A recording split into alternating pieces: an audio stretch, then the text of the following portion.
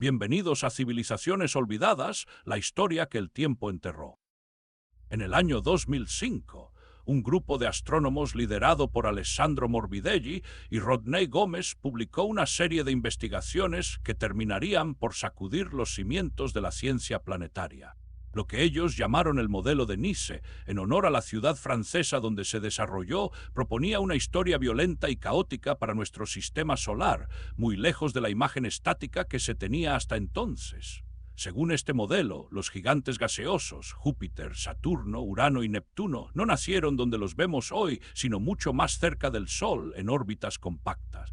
Fue un cataclismo cósmico, un verdadero pulso de desestabilización, el que los lanzó a sus posiciones actuales hace unos 4.000 millones de años. La clave de esta revolución científica está en la llamada límite de hielo, una frontera invisible que separa el sistema solar interior, donde las rocas pueden condensarse, del exterior, donde el agua se congela en forma de hielo.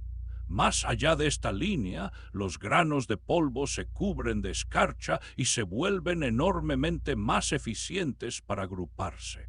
Por eso, los planetas que se forman en esa zona crecen más rápido y se convierten en gigantes. El disco de gas y polvo que giraba alrededor del joven Sol contenía suficiente material como para que estos protoplanetas arrasaran con todo a su paso. Sin embargo, este mismo proceso de crecimiento dejó un rastro de escombros, millones de asteroides y cometas que quedarían congelados en el cinturón de Kuiper, más allá de Neptuno. Pero lo más inquietante es que este mismo escenario físico, el de un sistema joven, inestable, que atraviesa una fase de caos gravitacional, podría no ser exclusivo de nuestro Sol. En 2015, el telescopio ALMA en el desierto de Atacama captó imágenes asombrosas del sistema estelar HL Tauri a unos 450 años luz de la Tierra. Allí, un disco de polvo alrededor de una estrella recién nacida mostraba anillos y surcos perfectamente definidos, prueba de que los planetas estaban comenzando a formarse. Esos surcos son las huellas de cuerpos que van limpiando sus órbitas, tal como lo describe el proceso de acreción. Lo que vemos en HL Tauri no es otra cosa que la historia de nuestro propio pasado, congelada en el tiempo y a 450 años luz de distancia. Este es el marco científico que necesitamos para abordar la pregunta central de nuestro viaje: si los procesos físicos que forman sistemas planetarios son universales. ¿Qué tiene que ver esto con los 6 días de la creación? La respuesta, como veremos, no está en la superficie de los textos antiguos, sino en la mecánica profunda del cosmos. El modelo de Nice nos ha mostrado que el sistema solar pasó por una catástrofe que reorganizó sus planetas. Y esta misma lógica de caos y orden podría ser la clave para entender el relato bíblico. En el próximo capítulo descenderemos a las páginas del Génesis para comparar sus palabras con los datos científicos y descubriremos si realmente estamos ante la misma historia contada con dos vocabularios distintos.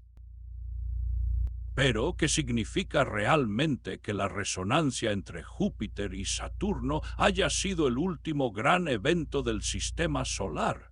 Para entenderlo, debemos retroceder unos 4.000 millones de años, cuando el Sol apenas comenzaba a brillar con la intensidad de una estrella joven.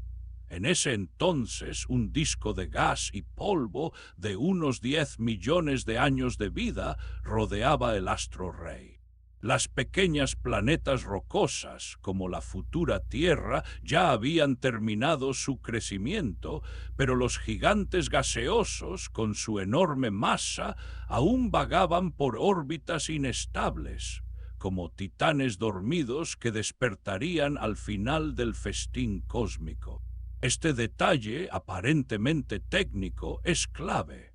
Cuando el cataclismo orbital finalmente ocurrió, todas las piezas del rompecabezas ya estaban en su lugar, listas para ser reordenadas por la mano invisible de la gravedad. Imaginen ahora el momento exacto en que Júpiter y Saturno, los dos pesos pesados del sistema, cruzaron el umbral de la resonancia 1-2.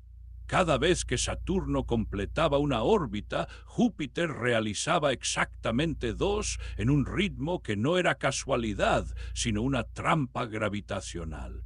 Los cálculos de los astrónomos Morbidelli y Gómez, publicados en 2005, mostraron que ese encuentro desencadenó un caos orbital que arrojó a Urano y Neptuno hacia las profundidades del espacio, mientras que los planetas interiores eran bombardeados por asteroides y cometas.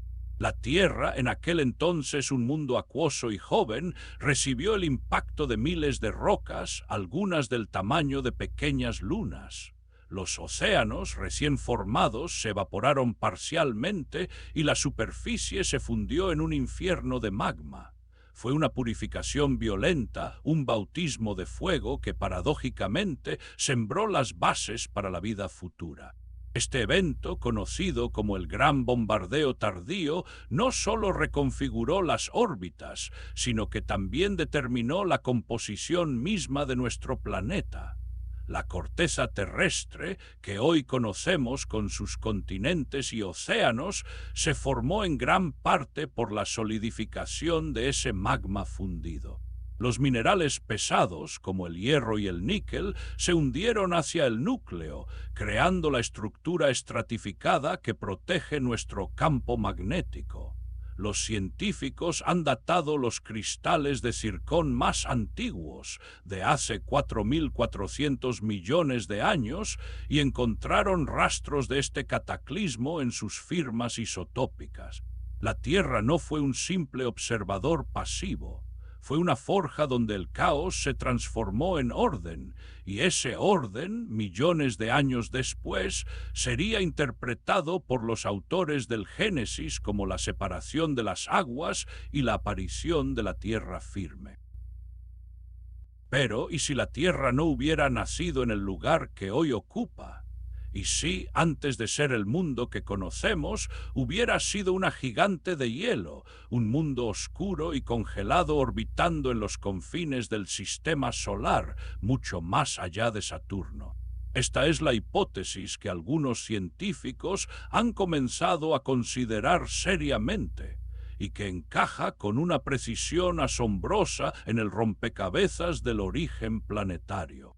Según esta teoría, la Tierra primitiva no era un planeta rocoso como hoy, sino un coloso de aproximadamente 16 a 17 veces la masa terrestre, un mundo helado que vagaba entre las órbitas de Neptuno y Urano, ocupando el lugar de esa tercera planeta hipotética que el modelo de NISA, en su segunda versión, necesitaba para explicar la evolución del sistema solar.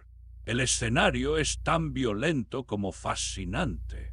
Hace unos 4.000 millones de años, la resonancia orbital entre Júpiter y Saturno, en una proporción de 1-2, desencadenó un cataclismo que reconfiguró todo el sistema. Neptuno fue empujada hacia una órbita más externa, pero en su camino se encontró con la prototierra, un mundo de hielo de masa similar.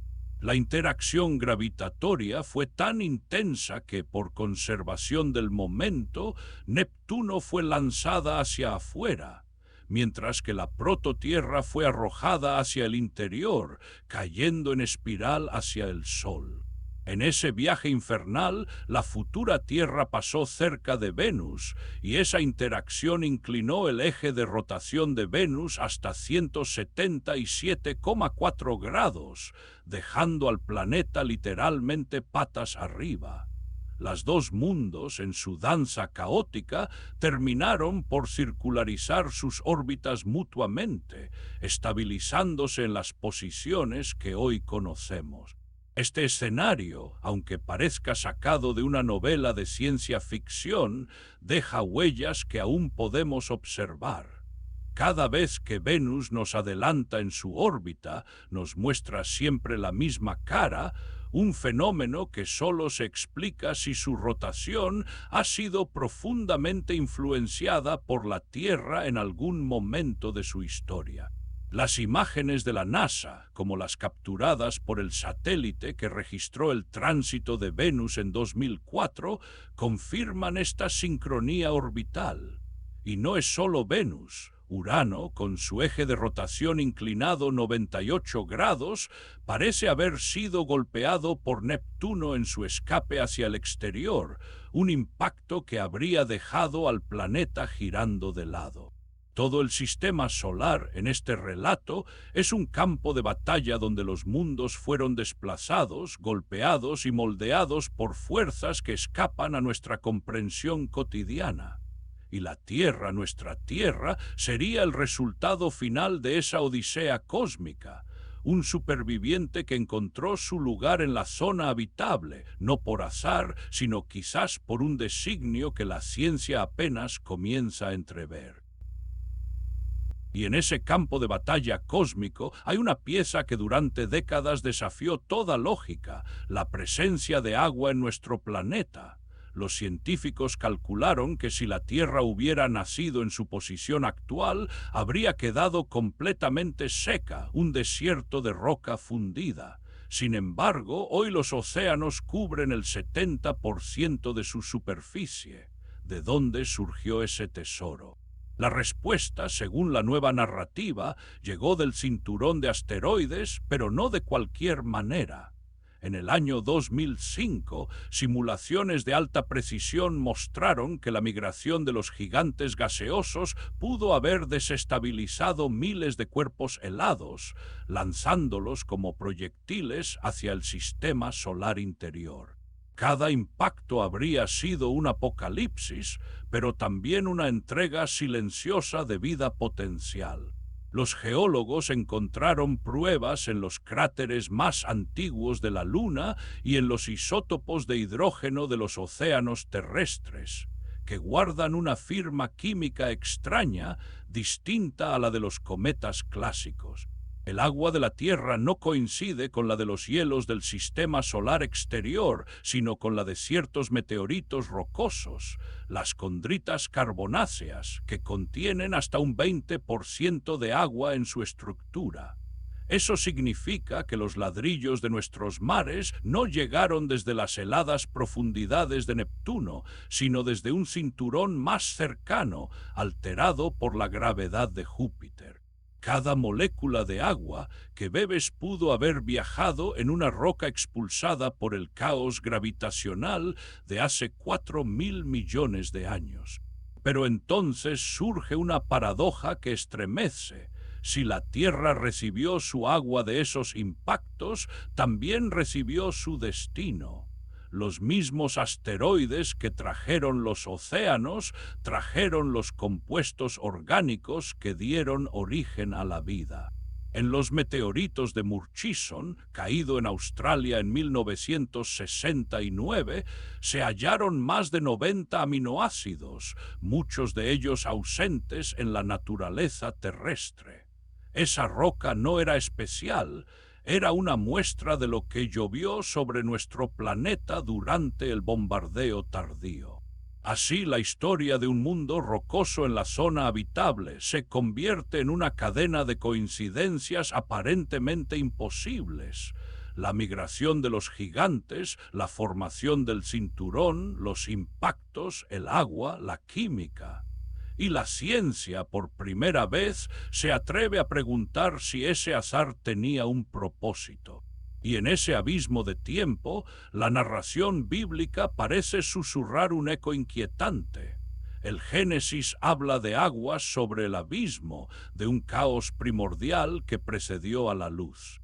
La ciencia moderna, al reconstruir los primeros instantes del sistema solar, describe un escenario no menos caótico. Planetesimales que chocan, órbitas que se desestabilizan y una joven Tierra que emerge fundida entre escombros cósmicos. Pero hay un detalle que los textos antiguos no mencionan y que la astrofísica ha descubierto apenas en las últimas décadas: la posibilidad de que nuestro planeta no haya nacido donde hoy lo vemos, sino que haya viajado desde regiones más frías del sistema, arrastrado por la danza gravitacional de los gigantes. Esa hipótesis, conocida como el Gran Viraje o Gran Tac, propone que Júpiter y Saturno migraron hacia el Sol hace unos 4.000 millones de años, para luego retroceder, dejando a su paso un rastro de destrucción y creación. Según cálculos de los astrónomos, este proceso explicaría la baja masa de Marte, apenas 1/10 de la terrestre, un enigma que ninguna otra teoría ha logrado resolver con tanta elegancia. Y aquí surge la pregunta que estremece. Si la Tierra fue moldeada por esa migración, entonces el escenario que dio origen a nuestra Luna, a nuestros océanos y quizás a la vida misma, no fue un accidente aislado, sino el resultado de una orquesta cósmica cuyos movimientos estaban escritos en las leyes de la física desde el primer segundo. Los críticos, sin embargo, han señalado que el Gran Tac requiere condiciones muy específicas para funcionar, y algunos modelos. Si este viaje entre ciencia y fe te ha fascinado, suscríbete y activa la campana para no perderte la próxima parte. Comenta tu opinión. Gracias por vernos, nos vemos en la próxima civilización.